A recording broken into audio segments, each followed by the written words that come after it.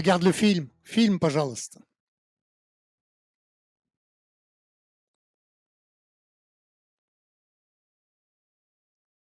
Le 23 août 1942, la Luftwaffe largue plus de 1000 tonnes de bombes sur Stalingrad. Les réservoirs de pétrole explosent et les flammes lèchent le ciel pendant des jours.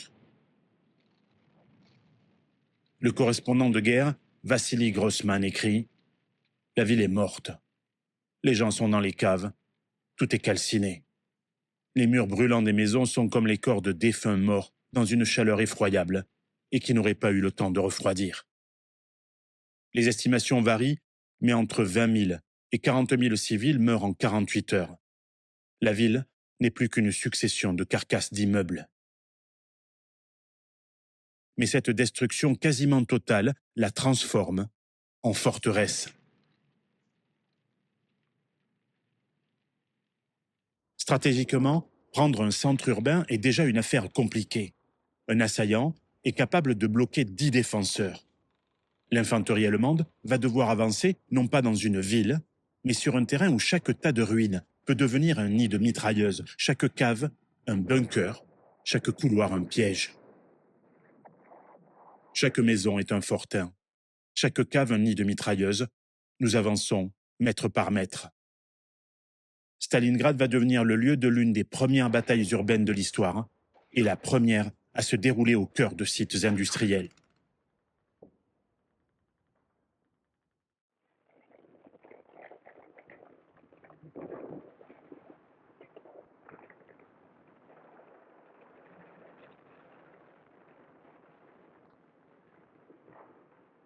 Début septembre 1942.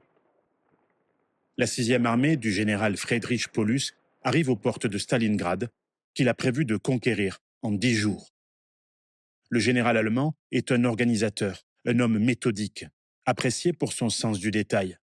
Il a passé l'essentiel de sa carrière dans des états-majors. C'est un technicien, pas un chef charismatique, et ses troupes, habituées aux grandes manœuvres sur des terrains dégagés, ne connaissent presque rien aux combats urbains. Paulus commande plus de 250 000 hommes, appuyés par l'artillerie lourde, des batteries de Nebelwerfer et les chars de la 14e Panzer Division. Face à lui, la 62e armée du général Tchoïkov compte à peine la moitié de ses effectifs, mais elle bloque le chemin vers la Volga, au-delà de laquelle se trouve l'artillerie lourde et les batteries de Katyusha soviétiques. L'attaque allemande sur la ville débute le 13 septembre 1942. Le gros des combats se concentre sur un front de 10 km au centre et au sud. Paulus a assigné à ses troupes, soit 90 000 hommes et 250 chars, 2 objectifs principaux. La Kourgan Mamaïev, une colline artificielle de 102 mètres de haut qui donne une excellente vue sur la Volga et la partie nord de la ville où se trouve le quartier des grandes usines. Le débarcadère central sur la Volga, qui est la voie principale d'acheminement des renforts et d'approvisionnement pour les 62e et 64e armées soviétiques combattant dans le centre-ville. Le déluge de feu brise d'abord la résistance des soldats soviétiques, à tel point que Tchoïkov, qui échappe à la mort plusieurs fois, considère pendant un temps que la ville est perdue. Il réussit pourtant à conserver le débarcadère, par où arrive la 13e division de la garde. Le 15 septembre, elle renverse la situation en contre-attaquant immédiatement. Mais la position de l'armée rouge reste délicate. D'autant que toutes les contre-offensives soviétiques du mois de septembre, dites offensives de Kotlouban, destinées à rompre l'encerclement de Stalingrad, se brisent sur le 14e corps de Panzer. Dans les combats de rue, au milieu des gravats, dans les caves et les étages des immeubles à demi effondrés, le soldat soviétique fait preuve d'une grande capacité de résistance. Faute d'armes disponibles, certains combattants soviétiques doivent attendre qu'un de leurs compagnons soit abattu pour récupérer son fusil. Un bataillon cuirassé de volontaires a été formé. Il réceptionne les chars T-34 à leur sortie d'usine pour les engager immédiatement sur le front, sans optique de visée. Les Russes ne sont pas des hommes, mais des créatures de fonte. Ils ne se fatiguent jamais. Écrit dans son journal un soldat de la 94e division, Wilhelm Hoffmann. L'entrée des troupes allemandes dans Stalingrad n'est pas une percée, c'est un enlisement. Progresser, c'est avancer dans un espace où rien ne ressemble à ce que les cartes indiquaient. Nous tenions les escaliers, eux tenaient le palier. La bataille durait parfois plusieurs jours pour gagner 3 mètres. En une semaine, le quartier de la gare change 15 fois de main. On se bat pour la clouterie ou le magasin Univers Mag.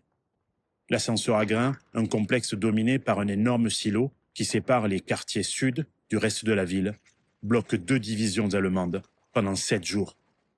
Les chars allemands se révèlent vulnérables aux mines, aux engins explosifs improvisés et aux fusils anti-chars. Nous savions qu'ils viendraient par les avenues, alors nous avons détruit les avenues. La ville n'était plus faite de pierre, mais de feu et d'acier. Chaque pâté de maison était une forteresse. Chaque cave contenait des hommes qui ne voulaient plus reculer, écrit Vassili Grossman, correspondant de guerre de l'Armée rouge. Stalingrad est un champ de bataille vertical. On se bat au rez-de-chaussée, au premier étage, dans le grenier et dans les caves. 4 niveaux de guerre superposés. Un officier allemand dira « Ce n'était plus une bataille, c'était une décomposition.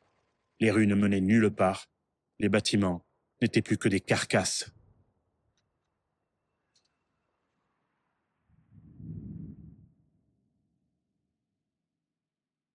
Les combats les plus féroces se déroulent dans le complexe métallurgique Octobre Rouge, dans l'usine d'armement Barricadi, Barricade, ou celle de tracteurs STZ, pour Stalingradsky Traktorny Zavod, reconverti à la production de chars T-34, ou l'usine de tracteurs Dzerzhinsky. Dans l'usine Barricade, les soldats avancent en rampant, au bruit, à les coups, à la chaleur. Certains témoignent d'affrontements où il est impossible de distinguer la silhouette d'un camarade de celle d'un ennemi. La fumée, la poussière, les poutres, tout brouille le réel. Un soldat allemand écrira « Nous affrontions des ombres. Parfois on tirait sur un mur, par instinct. » Chaque mètre conquis coûte plusieurs vies. Le propagandiste allemand, Heinz Schrotter, écrit « L'homme devient un automate de la souffrance. » Le Kourgan Mamaïev est atteint le 16 septembre, mais il ne sera jamais complètement pris par les Allemands dont l'élan est vite stoppé. Le débarcadère est finalement atteint le 22 septembre. Les combats dans le centre-ville se poursuivent encore 2 jours. Mais dégarnis et épuisés, les troupes allemandes ne réussiront pas à déloger les soviétiques des derniers pâtés de maisons bordant la Volga, dont la fameuse maison Pavlov, où résisteront 25 soldats soviétiques pendant 58 jours.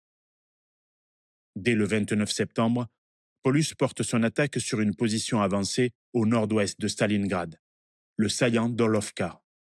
Il lui faudra 10 jours pour s'en emparer. La poche de Stalingrad n'est plus qu'une bande de terre de 4 km de profondeur, c'est-à-dire un confetti, sans grande valeur militaire. Mais la propagande allemande en a fait un objectif des plus symboliques.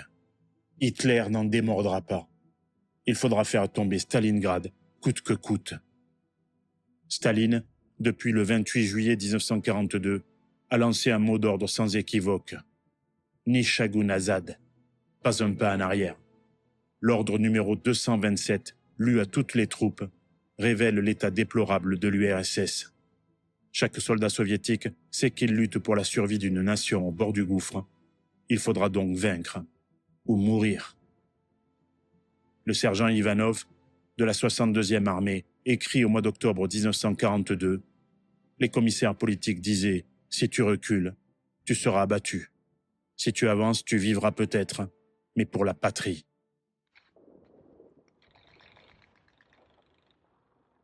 À Stalingrad, au mois d'octobre 1942, le combat cesse d'être une manœuvre militaire.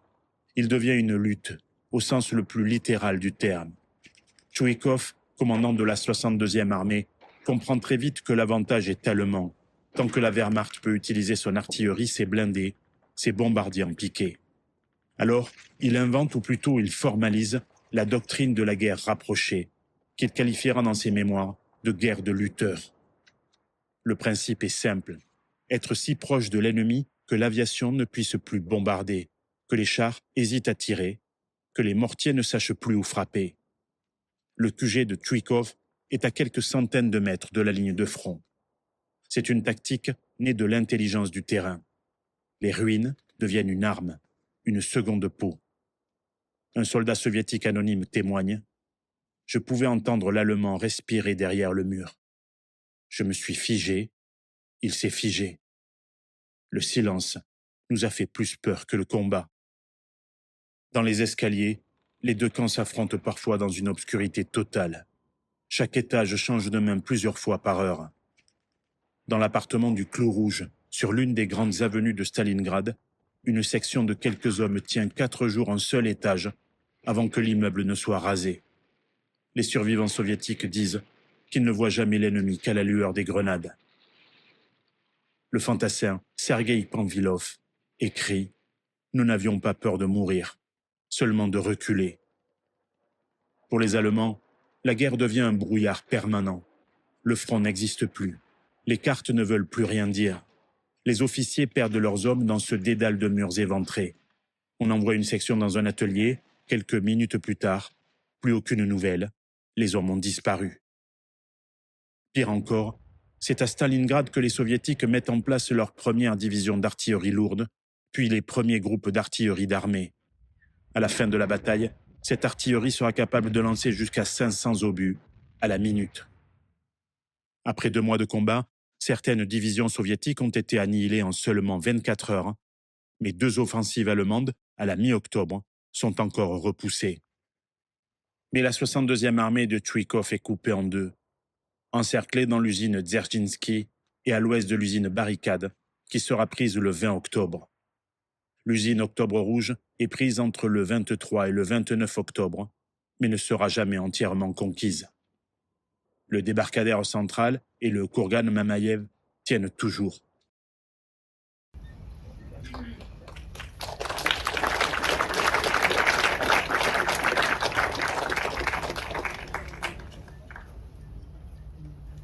Je pense que ça a dit pourquoi nous sommes là ce soir.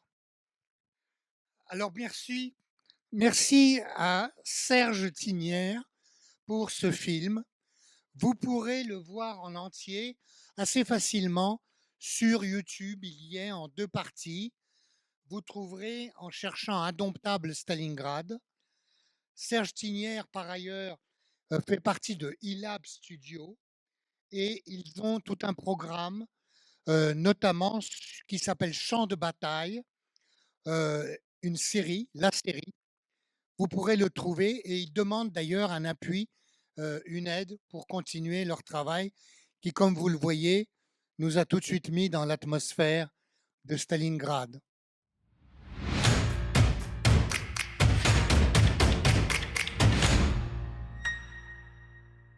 Nous passons la parole à Madame Annie Lacroix. Je crois qu'il est inutile de vous présenter.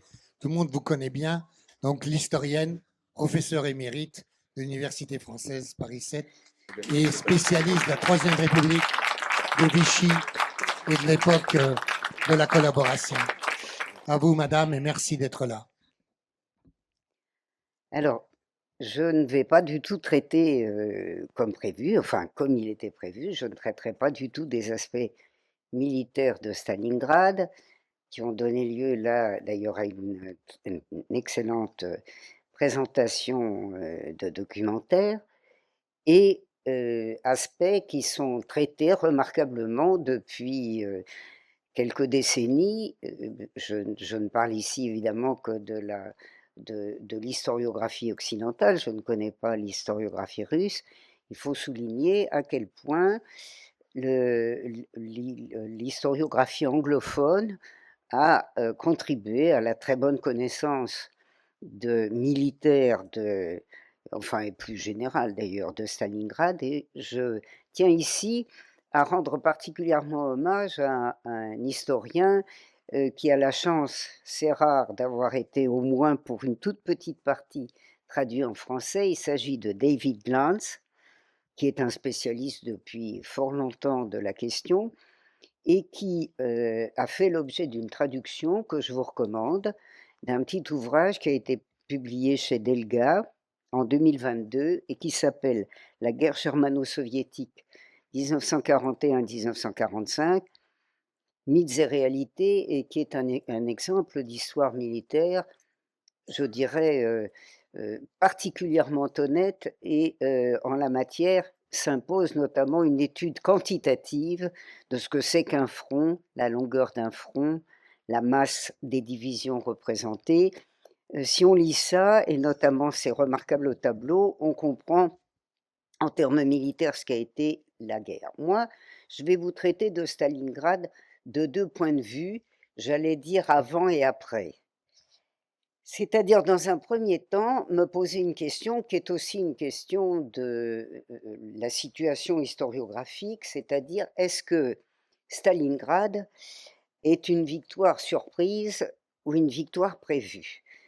Alors, il a été évoqué par monsieur Héninger tout à l'heure, un tournant. Moi, évidemment, j'adhère tout à fait à ce tournant moscovite, mais le vrai tournant de la guerre, le premier tournant de la guerre, c'est évidemment le tournant de l'attaque de Barbarossa, c'est-à-dire de la réaction soviétique à Barbarossa. Et je tiens à dire,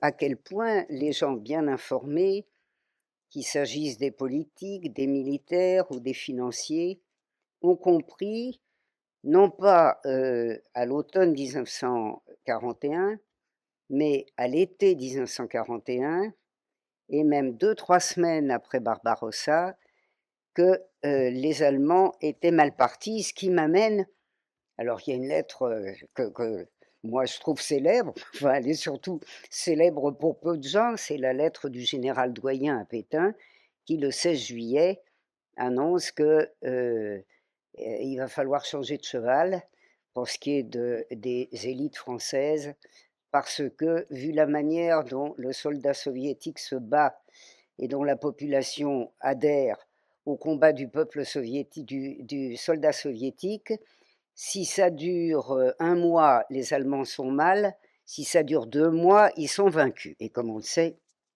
ça a duré plus de 2 mois. Alors, premier aspect, c'est celui, je dirais, qui a triomphé dans notre historiographie et dans notre enseignement, sous l'effet d'une russophobie extrêmement marquée, de plus en plus marquée, et qui a été symbolisée au fond par le rôle qu'a pris un historien, d'autant plus intéressant d'ailleurs qu'il est le fils de quelqu'un dont je vais vous parler, c'est-à-dire, je situerais ça, vous voyez, comme enseignante à 2003-2005, c'est-à-dire au moment où on a eu comme sujet de recrutement de concours des enseignants du secondaire le certificat d'aptitude au fond et l'agrégation. On a eu un très beau sujet qui s'appelait Les peuples et la guerre, et dont Nicolas Werth, que je ne présenterai pas, a été chargé. Alors, qu'est-ce qu'il y expliquait? Il y expliquait ce qui a caractérisé la formation des enseignants français et la catastrophe donc consécutive, c'est-à-dire que je vais me référer au manuel justement auquel Nicolas Werth a contribué, ça s'appelait Les sociétés en guerre, et il y abordait bien sûr la guerre germano-soviétique. Sur 2 pages, il y avait 3 lignes pour évoquer le fait qu'à peine plus du tiers des prisonniers soviétiques étaient revenus de guerre, ce qui est rarissime. 3 lignes. Et le reste des 2 pages était caractérisé par la guerre de Staline contre son peuple. Ce qui est un thème, vous le savez, devenu courant, qui fait pendant au totalitarisme et au chapitre commun sur l'Italie, l'Allemagne et l'Union soviétique. Ah, mais il se trouve que, bien sûr, c'est ce qui imbibe nos manuels, mais que Nicolas Werth n'a pas toujours cette thèse, mais que la discrétion existe en France sur les moments où il n'a pas cette thèse. Et en particulier, Il est le fils d'Alexander Worth, c'est-à-dire d'un Anglais, enfin ou devenu Anglais, qui est un très grand journaliste. Vraiment un journaliste qui montre que le journalisme, ça peut être une grande chose. Correspondant à Paris pour le Manchester Guardian pendant 5 ans, de 1935 à 1940. C'est un des meilleurs connaisseurs de la situation française, qui a d'ailleurs donné des ouvrages sur la chute de la France absolument remarquables. Et vous le savez sans doute, qui a été, à partir de l'attaque allemande, qui a été délégué en Union soviétique, où il est allé très vite, puisque à l'été 1941, en juillet 1941, il est envoyé comme correspondant de guerre de la BBC et du Sunday Times, et il y reste jusqu'en mai 1948. Il a donc passé 7 ans en Union soviétique, et il en a sorti des ouvrages que je vous recommande, qu'il faut lire, qu'il faut absolument lire, parce qu'on a là l'exemple d'un journaliste qui, par sa culture, par le souci de s'informer, par ses voyages permanents pendant la guerre, a fait quelques ouvrages, et alors il y en a 2 auxquels le fils, c'est discret, c'est dommage, on ne le sait pas en France, 2 auxquels le fils a apporté une préface. Alors, Moscou, un ouvrage toujours paru chez le même éditeur, Hamish Hamilton, en 1942, qui s'appelle Moscow 41, Moscou 41, qui décrit Moscou en 41.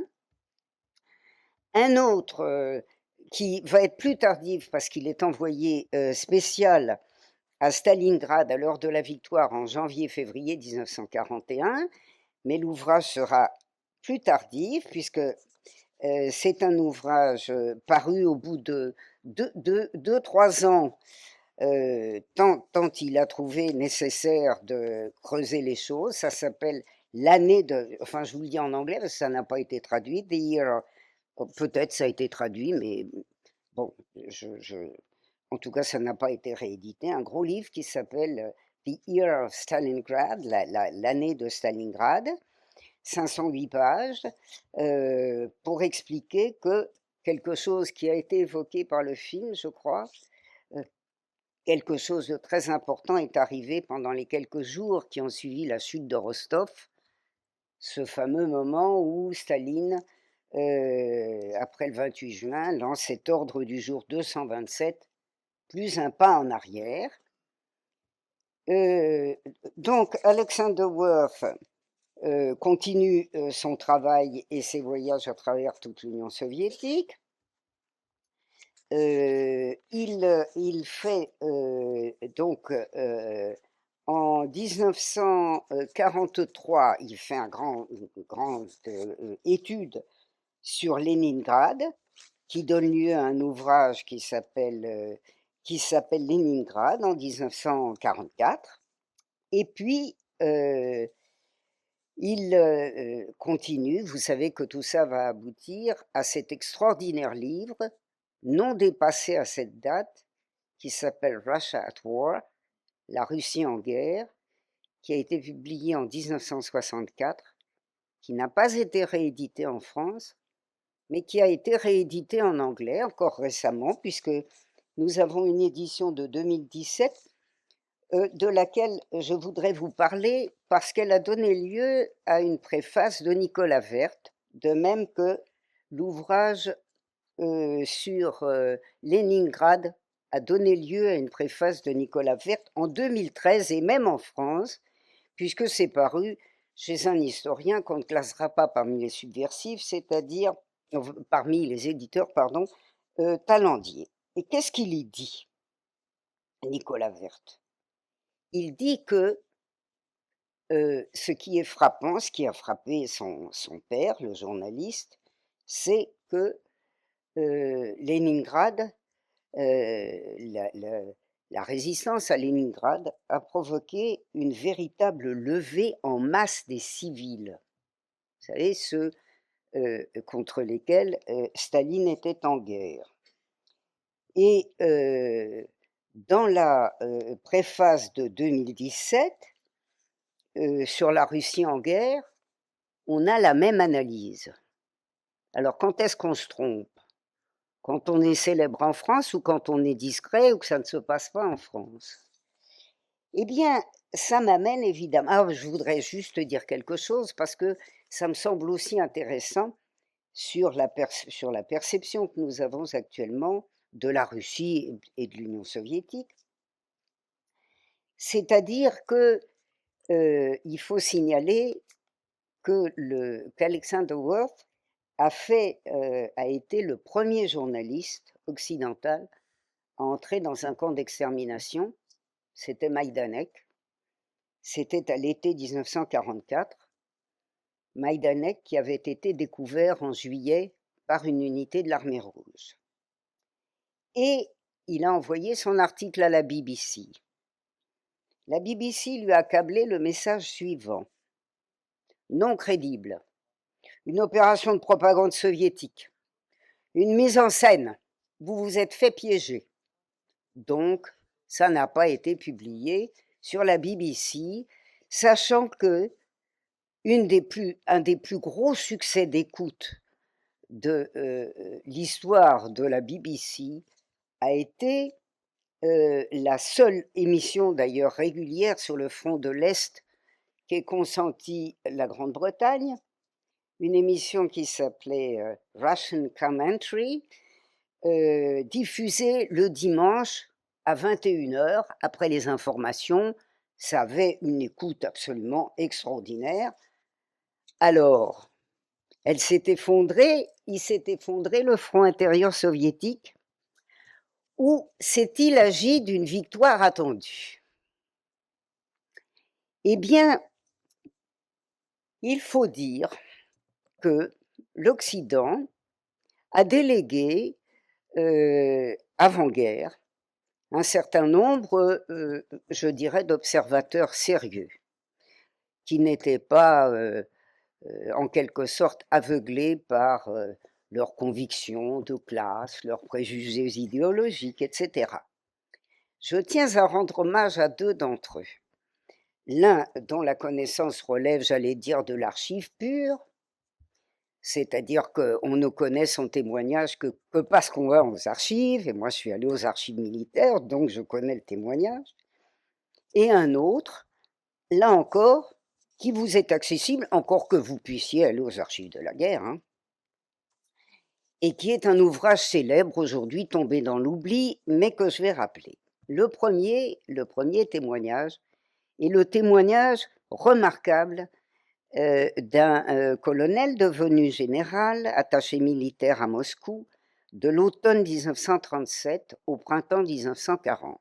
Ayez-le bien en tête, parce que l'automne 1937, c'est quelques mois après l'exécution, après l'un des pires, je dirais, l'un des procès les plus éprouvants, mais qui, lui, n'a pas été public, 3 ayant été publics, c'est-à-dire le procès de quelques généraux de l'armée occidentale, dont l'élément le plus célèbre était le maréchal Tukhachevski, et qui ont été exécutés le 12 juin 1937 dans des conditions qui ont amené, moi je l'ai étudié dans l'ouvrage Le choix de la défaite, qui ont amené une campagne anti-soviétique d'une intensité extraordinaire, l'Occident s'apercevant que l'armée rouge était excellente jusque-là, mais que après l'exécution de Tukhachevski, c'était une loque. C'était une novation d'ailleurs que de dire que l'armée rouge était excellente. Alors, Pallas, qui est un homme du sérail, qui est un homme de droite, mais qui est un très bon observateur, les hauts fonctionnaires faisant comme les fonctionnaires, c'est-à-dire le travail pour lequel ils sont employés, eh bien, a passé son temps à envoyer du renseignement. Je ne citerai qu'un élément, mais j'en cite beaucoup d'autres évidemment dans Le choix de la défaite, c'est-à-dire une lettre du 22 mars 1938, qui se tient donc 10 jours après l'Anschluss, et juste au lendemain, enfin sur fond de procès des 21, le procès Boukharin. Et qu'est-ce qu'il y dit? Il y fait cette remarque qui demande réflexion et qui correspond à toute une série des autres courriers, puisqu'il les a accumulés entre 1937 et 1940. Alors, il y fait la remarque que, d'abord, Staline est un homme extrêmement sérieux, habile, énergique, ayant de la décision et un sens aigu des réalités, je le répète, il n'est pas aveuglé par la sympathie idéologique, auprès des jeunesses soviétiques, le Vogd, chef. Et je vous demande de bien prendre en compte ces remarques, dans la mesure où on a constaté dans le film quelque chose qui revient chez tous les observateurs, c'est-à-dire cette volonté de se battre, de mourir plutôt que d'être vaincu, qui a tant manqué, comme vous le savez, sur le front occidental. Donc, il paraît jouir d'une grande admiration et d'une incontestable autorité. Si l'on reproche parfois de hauts fonctionnaires un luxe relatif, la croyance populaire paraît admettre en général que M. Staline vit au Kremlin en ascète, uniquement préoccupé du bien du pays, donc il est très populaire, vous voyez, ce guerroyant contre son peuple. Un idéal et un enthousiasme animent la jeunesse soviétique chez qui on a développé le sentiment de la patrie. Rodina, patrie, est le mot qui revient sans cesse dans les discours, dans les titres de cinéma, au théâtre. J'ai retrouvé trace de cette mentalité même chez les enfants de Moscou et des villages avoisinants. Leur désir fréquemment exprimé est d'entrer dans l'armée rouge ou dans l'aviation. C'est un indice symptomatique. En même temps, on s'efforce par tous les moyens de maintenir tendues les énergies du pays et de lui donner l'orgueil des exploits accomplis par les siens, records divers, en particulier aéronautiques, expédition Papanine, grand combattant bolchevique devenu un des as de l'exploration dans le Nord, et la confiance inébranlable dans la force défensive de son pays. Utilisation du cinéma, le cinéma représentant les efforts de la guerre, et il cite quelque chose qui montre et qu'on retrouve dans le cinéma d'Eisenstein, et il explique que l'ennemi est nommément désigné, qu'on représente dans le film récent, si la guerre avait lieu demain, je ne vous le dis pas en russe parce que je pense que personne ne comprendrait, on représente la violation de la frontière russe par un adversaire à croix gammée et parlant allemand, mais si l'ours pacifique doit subir la première attaque de l'ennemi, la guerre, ainsi que le précisent les règlements militaires, sera aussitôt portée en territoire ennemi. Tel est en effet le déroulement du film ci-dessus, alors qu'un autre film, Raid profond, nous montre l'armée rouge recherchant et détruisant l'aviation adverse en territoire ennemi. Et puis ça continue, et il termine. Telle m'apparaît la situation morale de ce pays, la menace de guerre créée par l'Anschluss paraît l'avoir trouvé prêt à toute éventualité. Et je rappelle d'ailleurs que sur la mauvaise qualité de l'armée rouge, quelques pays, enfin un pays en avait tâté, c'est-à-dire le Japon, qui a pris une dérouillée telle en 1938-39 qu'il a trouvé bon de conclure avec l'Union soviétique un pacte de neutralité, de non-agression, pour le coup, qu'il a respecté jusqu'au terme de la guerre. Alors, dites-vous que des lettres comme ça de Pallas, j'y insiste, qui est un homme de droite, il y en a, enfin, je vous recommande des archives de Vincennes, c'est un vrai bonheur. Et le deuxième que je voudrais vous recommander, qui est aujourd'hui un auteur complètement ignoré, qui a eu 12 rééditions, dont 10 de la sortie de son ouvrage à 1945, de mai 1942 à mars 1945, pour vous montrer que le peuple américain, après tout, ne semblait pas alors mûr pour la guerre froide. C'est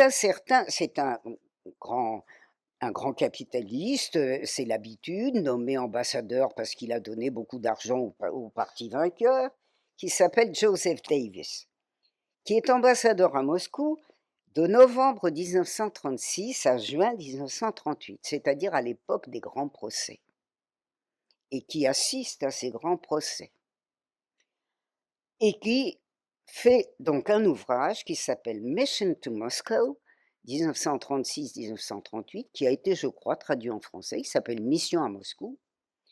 Franchement, si vous l'avez dans votre bibliothèque, courez vite, et si vous ne l'avez pas, précipitez-vous aussi.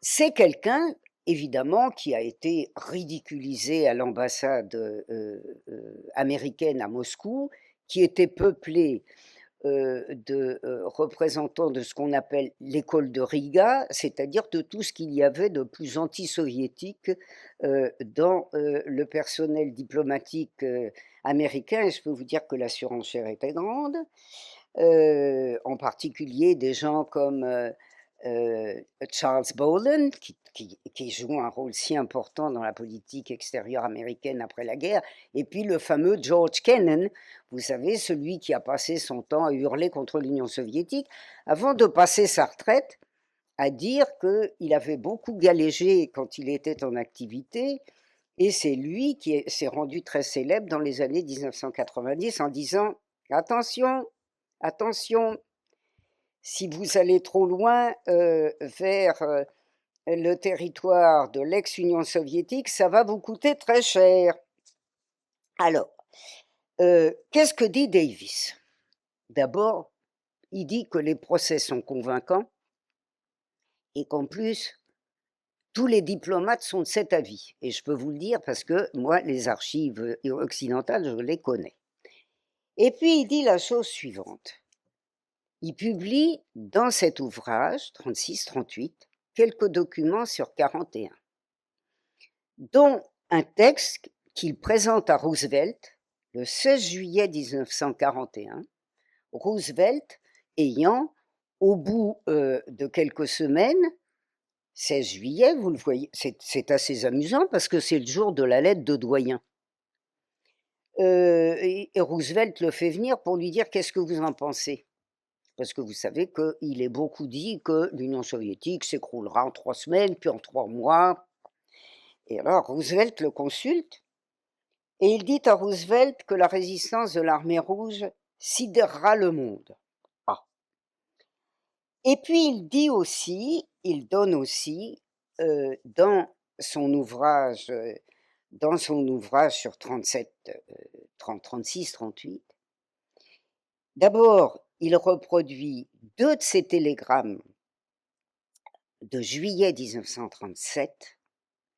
Le premier télégramme qui explique que l'Union soviétique, malgré la crise industrielle, enfin malgré l'année très difficile 1937, dont il explique d'ailleurs qu'elle tient beaucoup à un certain nombre de projets communs entre les fameux généraux et d'une part l'Allemagne, d'autre part le Japon, qui explique que la préparation industrielle se heurte à des difficultés, mais que, alors il va interroger le président Kalinine, et Kalinine lui dit « Oui, nous sommes dans une situation délicate, mais je puis vous dire que nous allons d'autant plus régler les choses. » Alors il lui dit quelque chose de très amusant.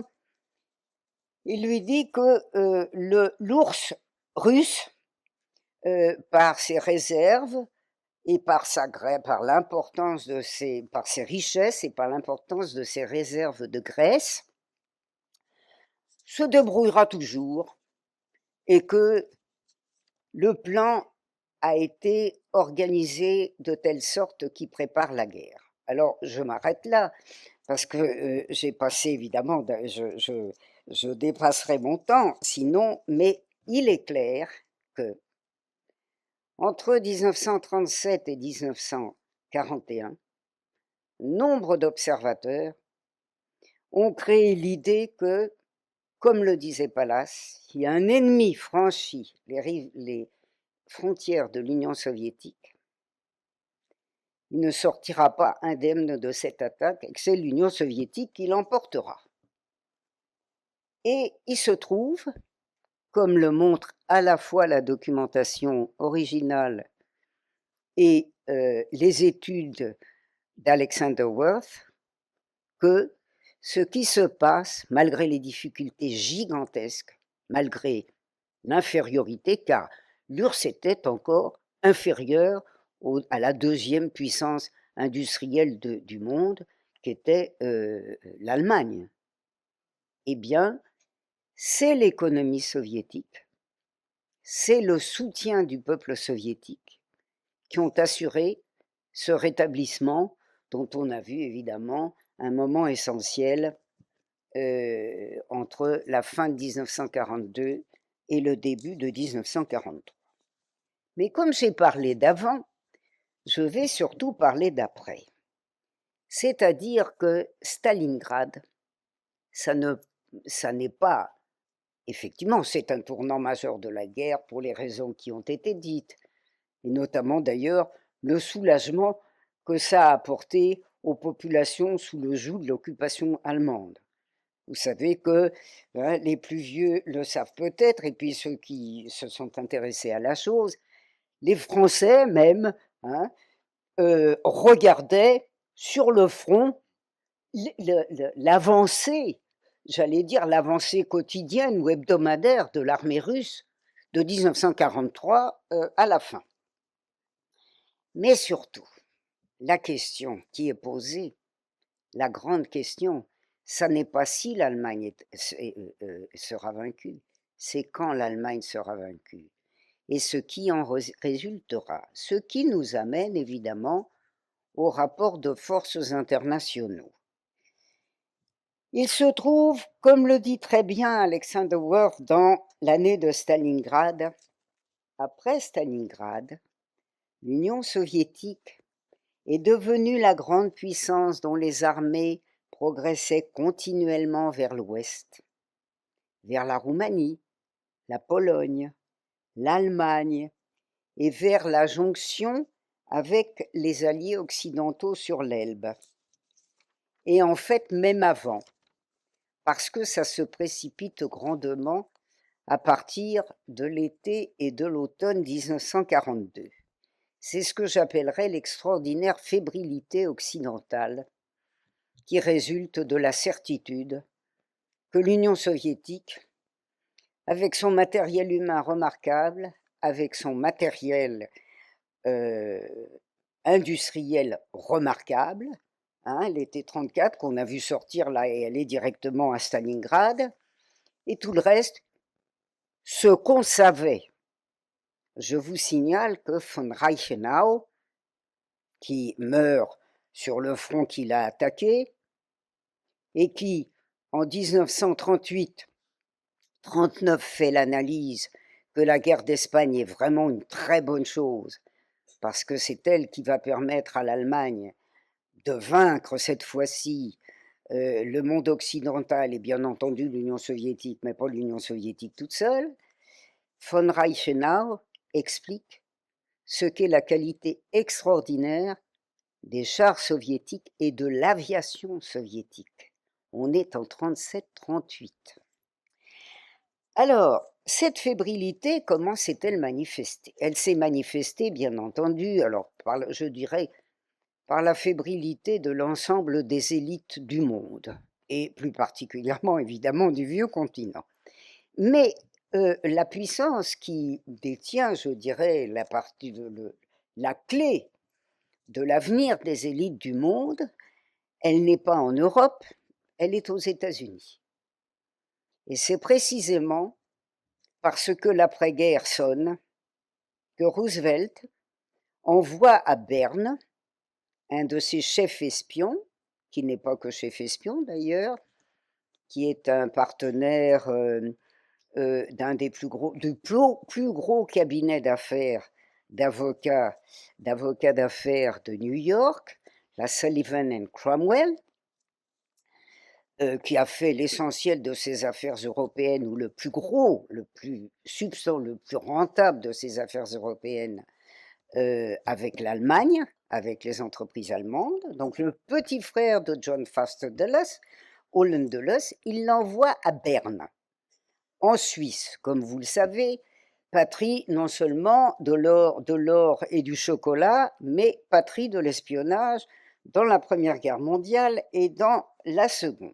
Et comme dit très bien un ouvrage que je vous recommande, d'un certain Burton Hirsch, ça s'appelle les vieux gars, si c'était traduit, l'élite américaine et les origines de la CIA. Un ouvrage paru à New York en 1992 que je résumerai ainsi. Il s'agissait pour Holland Dulles et ses amis plus soucieux, que lui et ses amis étaient plus soucieux de protéger le régime discrédité de Versailles et de contacter les clients d'avant-guerre industriels nazis que d'abattre Hitler.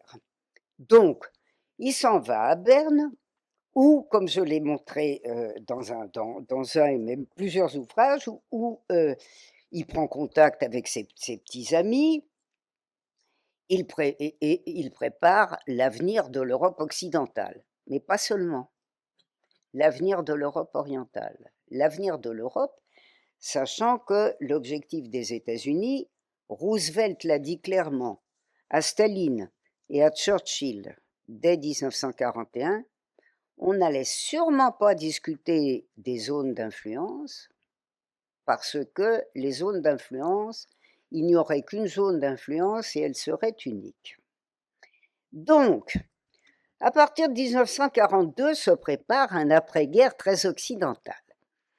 On connaît notamment, grâce à un très très bon historien, journaliste argentin, qui s'appelle Ucchigoni, et qui a fait un ouvrage qui a la chance, lui, d'avoir été traduit en français, sur la filière Odessa. On sait que Pie XII s'en va discuter avec un représentant du gouvernement fasciste argentin dès 1942 pour préparer l'avenir des Allemands qui, momentanément, ne resteront pas sur le continent puisqu'ils prépareront la prochaine guerre. Et donc, ça se fait comme ça. Je vous renvoie à l'ouvrage remarquable. Et puis, on prépare l'avenir de l'Europe. De l'Europe, pas seulement catholique, de l'Europe. Remarquez, l'objectif du Vatican n'était pas seulement catholique.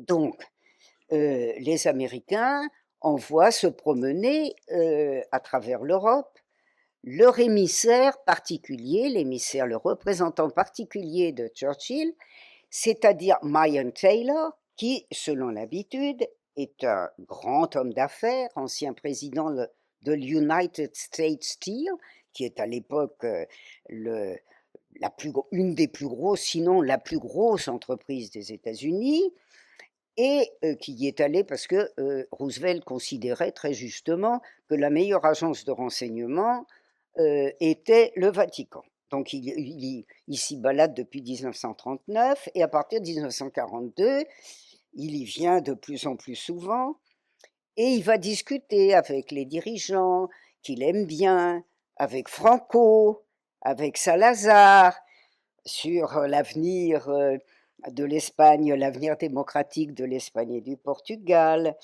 et puis avec bien d'autres.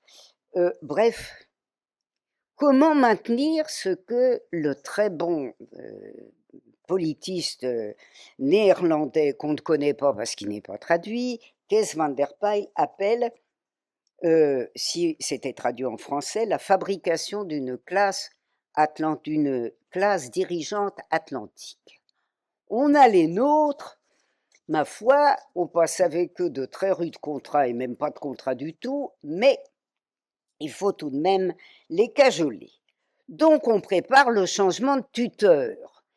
Et pour en revenir d'ailleurs à ce que j'ai dit tout à l'heure, je renvoie à cette extraordinaire lettre de juillet du général Doyen qui dit, bon, hein, c'est pas tout ça, dans les semaines à venir, il va falloir qu'on passe du cheval allemand, enfin avec discrétion quand même, au cheval américain.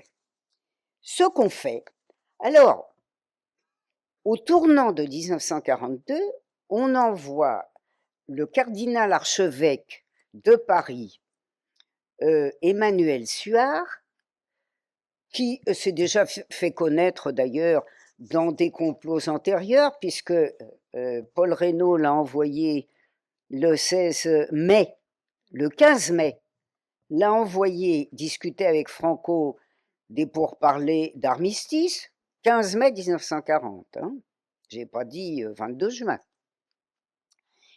Et donc, on envoie la grande bourgeoisie française, notamment la grande bourgeoisie textile du Nord, envoie Suard discuter donc au Vatican, bah, c'est normal, hein, un archecardinal archevêque, où il rencontre Marion Taylor, et il doit lui poser la question suivante, je cite. Si les troupes américaines sont amenées à pénétrer en France, le gouvernement de Washington s'engage-t-il à ce que l'occupation américaine soit aussi totale que l'occupation allemande? Vous voyez, je vous le dis, parce que vous voyez, une fois que vous lisez les archives, vous n'êtes plus très sensible à ce qu'on vous raconte sur la propagande. Il s'agit de savoir si l'occupation américaine, ne laissera place à aucune autre occupation étrangère, entre parenthèses, si on n'avait pas compris, soviétique. Washington a répondu que les États-Unis se désintéresseraient de la forme future du gouvernement de la France et qu'il s'engageait à ne pas laisser le communisme s'installer dans le pays. Bon, il y a les références de l'archive, voilà. Et tout ça vous explique que, bien entendu, se pose une question directe, qui est la question posée par Stalingrad, la question d'avenir posée par Stalingrad.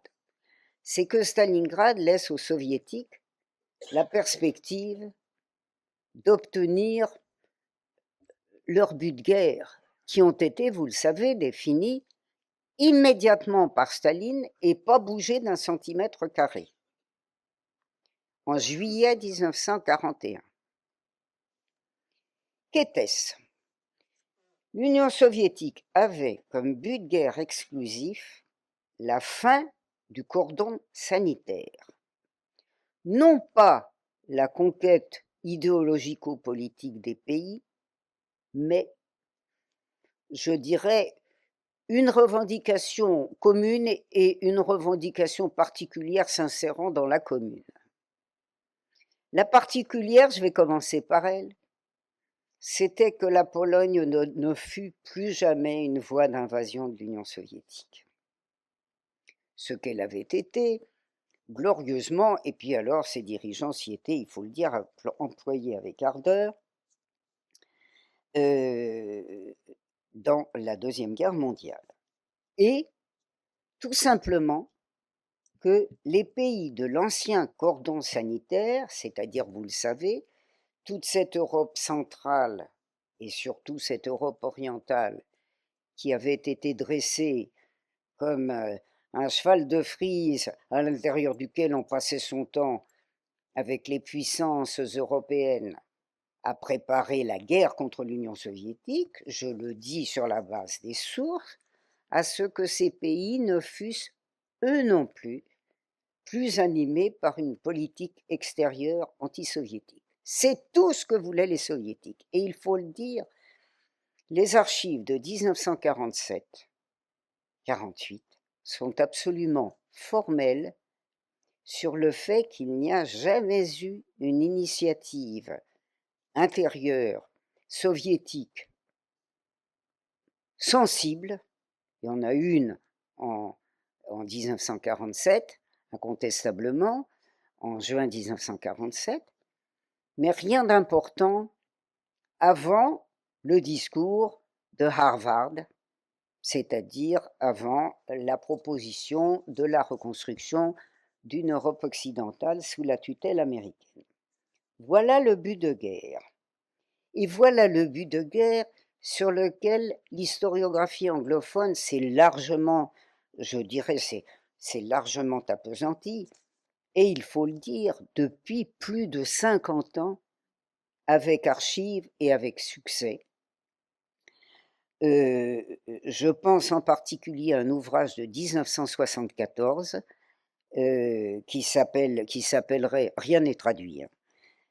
La guerre froide commence, le conflit soviéto-américain sur l'Europe orientale, un autre d'un Américain qui s'appelle Mark Stoller en 1977, la politique du second front, et un autre encore d'un des élèves du grand révisionniste américain au sens anglo-saxon du terme, c'est-à-dire qui révisait l'histoire convenue de la guerre froide, Lloyd Gardner, qui s'appelle Sphère d'influence et qui est le meilleur ouvrage montrant le veto absolu de Roosevelt à toute discussion qui n'est pas idéologique avec l'Union soviétique et avec l'Angleterre, parce que le terrain de jeu des États-Unis ne serait pas un terrain de jeu balisé, ce serait celui de la porte ouverte définie en 1899.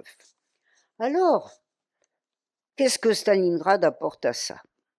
Bon, finalement, peut-être pas grand-chose, parce que Avril Harriman, qui est l'ambassadeur américain à Moscou depuis 1943 et qui est l'héritier d'une des plus grandes familles, d'un des plus grands groupes ferroviaires, bancaires, ça devient plus tard Harriman Brown, un des principaux trusts américains qui, selon l'usage d'ailleurs, a fait une partie très importante de ses affaires avec l'Allemagne. Harriman, début 1944, vous voyez, on est à quelques mois de Stalingrad, dit « Rassurez-vous, tout ça va aller très bien.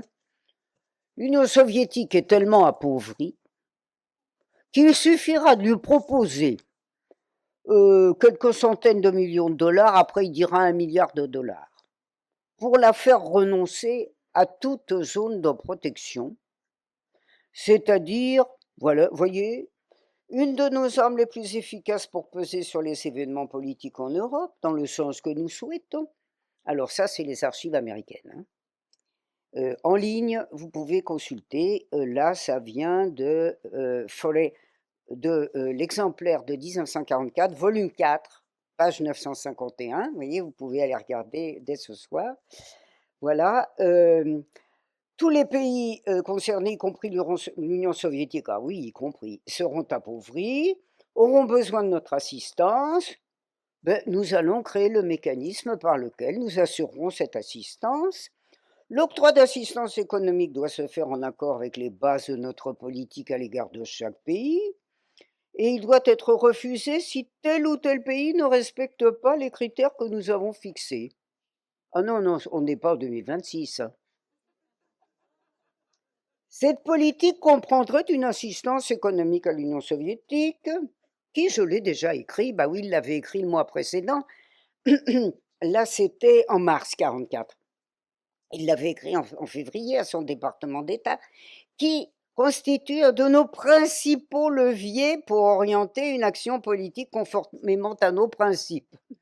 Ah, alors l'Union soviétique a été très compréhensive sur des tas de domaines, mais en la matière, pas trop. Et d'ailleurs, Washington le sait. Car Allen Dulles, vous le savez, donc j'ai dit grand espion, responsable Europe de l'Office of Strategic Services, de l'Office des services, du Bureau des services stratégiques, qui, vous le savez, est le prédécesseur, avec une petite partie je dirais, de transition, hein. J'allais dire rassurez-vous, je vous dis ça parce qu'il y a, y, a, y a un historien américain pas très sérieux qui a dit un jour qu'après qu'on avait supprimé l'OSS, donc septembre 1945, jusqu'à la fondation de la CIA en juillet 1947, il n'y avait pas eu il n'y avait pas eu de système de renseignement américain. Je vous rassure, si. Je ne sais pas si ça vous rassure. Ça s'appelait le CIG et ça avait la même fonction et d'ailleurs les mêmes hommes. Et donc, je disais bien que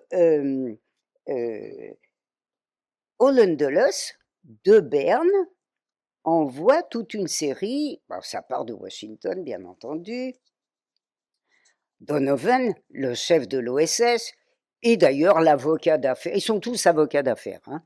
Quand ils ne sont pas eux-mêmes grands capitalistes, sont avocats d'affaires, remarquez, ils le sont aussi, parce que ces grands avocats d'affaires ont aussi des intérêts directs dans une série de très grands groupes américains ou étrangers. Et il faut dire que les Dulles, pour ça, sont les rois de la fête. Et donc, disais-je, il envoie des délégués de grande qualité de l'OSS, alors un certain Frank Wisner. Ça ne dit plus rien, Frank Wisner. Mais c'est un avocat d'affaires, ça ne vous étonnera pas. À Wall Street, comme ses petits camarades, Donovan, Dulles, tout ça. Et lui, on l'envoie en Roumanie. Pourquoi faire? Ça va résumer ce qu'on peut dire de l'ensemble des opérations, c'est-à-dire, parce qu'ils en ont envoyé partout. Enfin, il faut dire, il y a des pays qui étaient plus durs que d'autres, hein. Mais là, il s'agissait de prendre contact avec les élites. Alors, je n'ai pas besoin de vous dire, nazifiés jusqu'à l'os, et ça ne datait pas de 1939 ou de 1941. Nazis, génocidaires, enfin tout ce qu'on veut. Évidemment, monarchie avec. Et puis, d'abord de cacher de l'argent, de faire passer de l'argent, beaucoup de bijoux, et puis de préparer le maintien en selle, vous voyez, ce qui permet à la Roumanie monarchique, avec passage ouvertement dictatoriaux entre-temps, de déclarer la guerre à l'Allemagne dans des délais d'ailleurs indécents, pour échapper à la non-appartenance au cordon sanitaire. C'est-à-dire que on voit se dessiner à partir de 1942, plus encore en 1943, 1944, ce qui va caractériser et Holland Dulles et Wisner et tous leurs collaborateurs, ce qui va caractériser leur action, évidemment de manière quasi officielle avec la guerre froide déclarée, puisque c'est Wisner qui, en juin 1948, est nommé à la tête de l'organisme de la CIA en compagnie de George Kennan pour organiser non pas le containment, c'est-à-dire, vous voyez, la politique de contention de l'Union soviétique au cas où elle voudrait déborder des frontières qu'elle a acceptées,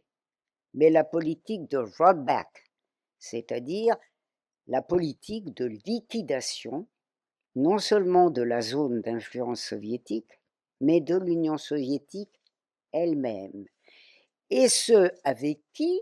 Avec quelqu'un qui était fort présent en Union soviétique, en Ukraine, à partir de 1941, c'est-à-dire Reinhard Gehlen, le fondateur, entre autres, de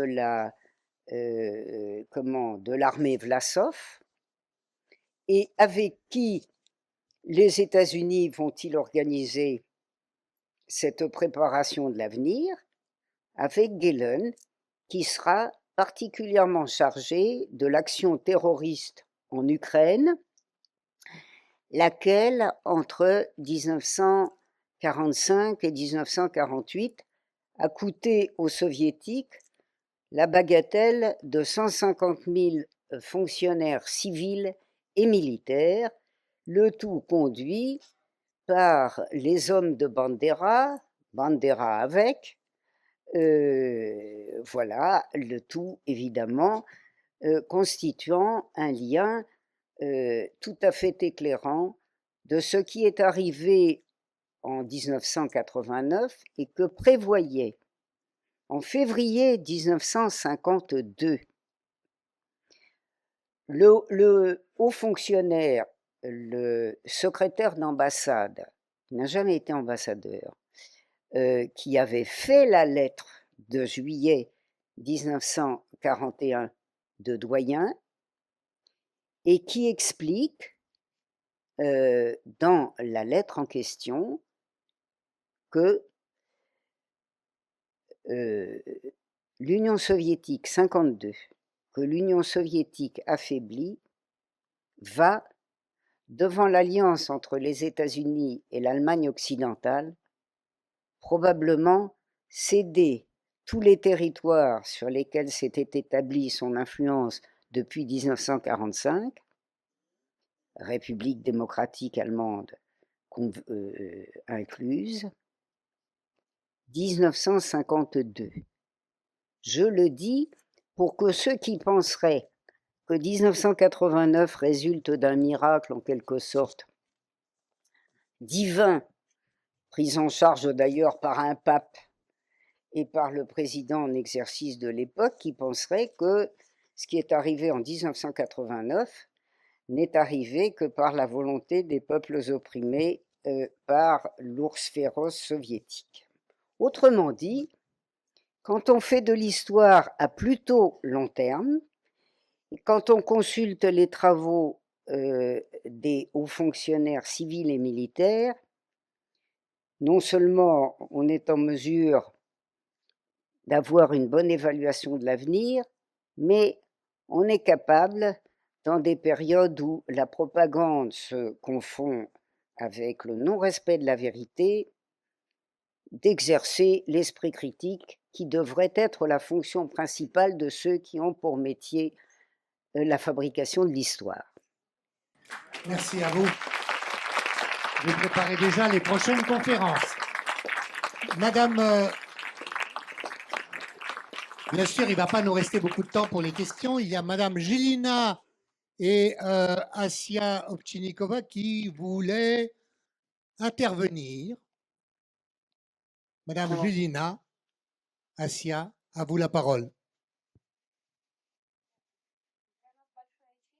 Вручить самую высокую награду нашей главной организации в Москве, которая объединяет более 80 русских домов за рубежом, за мир, солидарность и дружбу, за укрепление мира, дружбы и солидарность. Анила Круа-Рис. Pour nous, c'est un grand honneur de vous remettre aujourd'hui la plus haute décoration de notre agence à Moscou, qui regroupe plus de 80 maisons russes dans le monde entier. C'est la décoration qui est intitulée « Pour la consolidation de la paix, de l'amitié et de coopération ». Merci beaucoup. Et deux petits cadeaux de la part de la maison, nos deux enfants.